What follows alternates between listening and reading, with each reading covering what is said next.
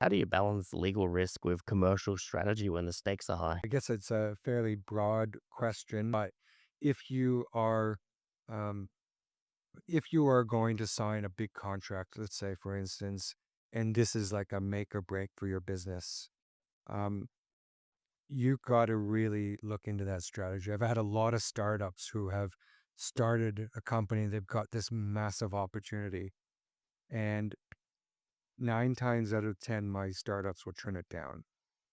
And the reason why they turn it down is they say, okay, well, if we take this contract, it's not exactly what we were planning, but if we do it, we're going to make $3 million. But that's just that one contract, and that's that one customer, and that's their one project, and they can't focus on anything else. And it's a 5-year contract, and they're stuck in it.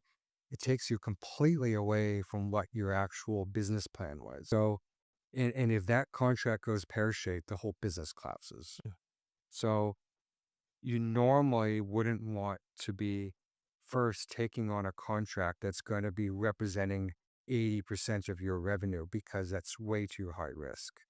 If you're just a one contract business, then you might not be a business tomorrow once that contract's terminated or goes pear shaped and you have nothing to fall back on. Number two is just being well diversified in this that sense is having several clients that you can fall back on with revenue coming in.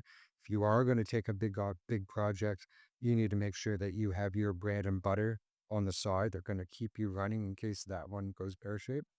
Um, and don't bite more than you can chew. And I see that all the time in the construction industry.